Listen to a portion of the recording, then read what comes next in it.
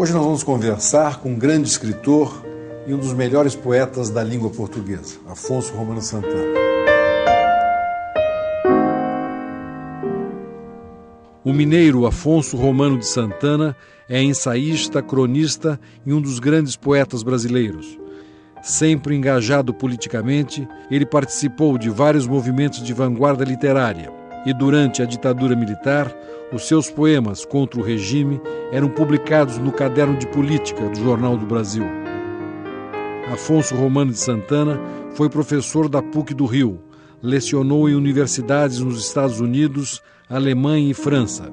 Ele é casado com Marina Colasanti, também escritora, e para ele, a sua melhor crítica e inspiração. Hoje tem cerca de 70 obras publicadas, entre livros de poesia, antologias poéticas, crônicas e ensaios, muitos editados no exterior. Em 2005, ele ganhou o Prêmio Jabuti, o mais importante prêmio literário do país, pelo livro Vestígios. A minha conversa com Afonso Romano foi no Copacabana Palace, no Rio de Janeiro, e começamos falando sobre o seu novo livro, A Cegueira e o Saber.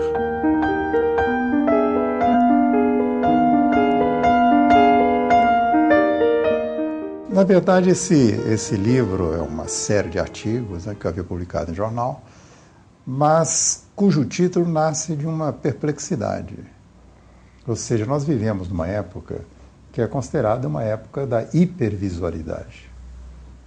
A sua atenção é chamada o tempo todo para ver.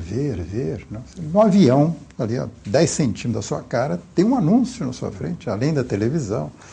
Dentro do táxi, quer dizer, é impossível você não ver, não receber informações. 100 canais de televisão? 100 canais e jornais, camisetas que as pessoas portam sem saber o que está escrito ali, né? É um tipo de analfabetismo interessante.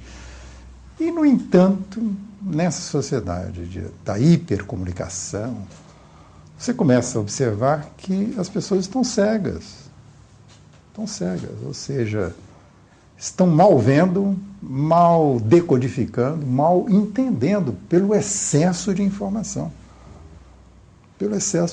Então, isso em termos de cultura, eu acho que é muito grave e exige de quem é intelectual uma análise.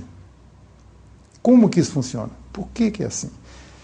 E aí eu comecei a perceber que existem vários mitos e textos literários que retomam isso, mostrando que isso é uma coisa antiga, apenas hoje tem uma característica determinada. Ou seja, a dificuldade que nós temos de ver, de entender e compreender. Então, a minha posição, basicamente, é que nós temos que aprender a desver, para rever, para poder nos situarmos de alguma maneira. Olha, tem em Paris, há alguns anos atrás, não sei se você chegou a ver isso, inauguraram um restaurante que se chama No Escuro. Quer dizer, as pessoas vão na Cidade Luz para comer no escuro. E paga caríssimo. O primeiro-ministro francês vai lá, os artistas, você entra, tem todo um ritual, você não sabe quem está na sua mesa, você não sabe o que você está comendo, mas aquilo virou um must. Quer dizer, isso, para mim, é a metáfora do nosso tempo. O excesso de ver, o querer não ver, para que, de repente, essa sensação de olhar para dentro possa significar alguma coisa.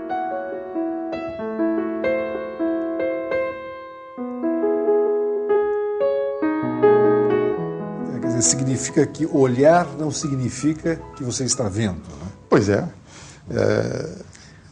E o olhar é muito enganoso, né?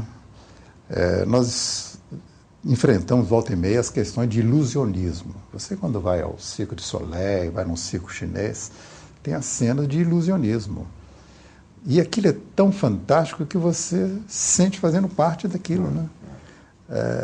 Eu acho que na vida, na arte, no teatro, isso tudo existe. Agora, há uma metáfora também, né, Afonso, que pode ser política, no sentido da desgraça da humanidade. Você pega a guerra do Iraque e outras, ou as crianças na rua no Brasil, que a gente vê e acaba não vendo também, né? Ou os grandes líderes não enxergam. É verdade. Né?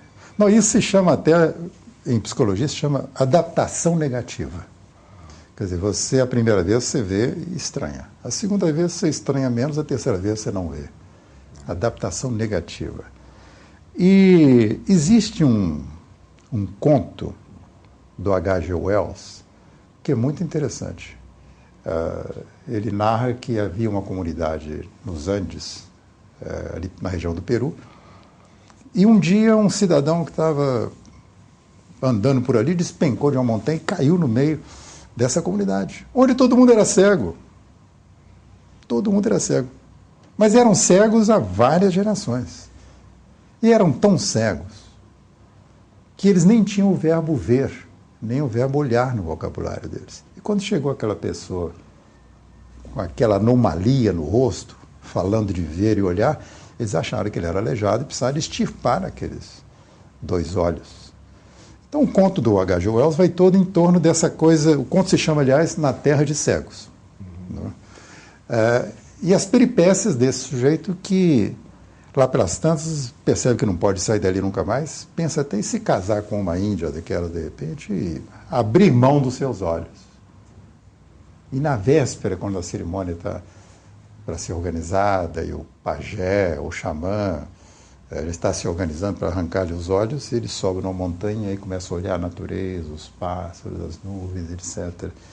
E, de repente, se deu conta que não podia ficar sem a sua visão. E foge daquele lugar. Isso é uma metáfora sobre isso, quer dizer, às vezes você bate num partido político, num clã religioso, numa sociedade onde as pessoas estão cegas. E você começa a querer mostrar a cegueira. Geralmente, quem quer mostrar a cegueira da comunidade é alguém de fora dessa comunidade. Porque os de dentro estão todos cúmplices, né?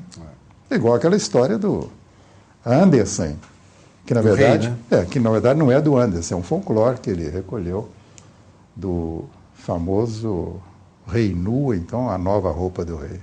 Que é uma história fantástica, porque essa história explica política, explica arte, desenvolve um pouco explica o nosso cotidiano.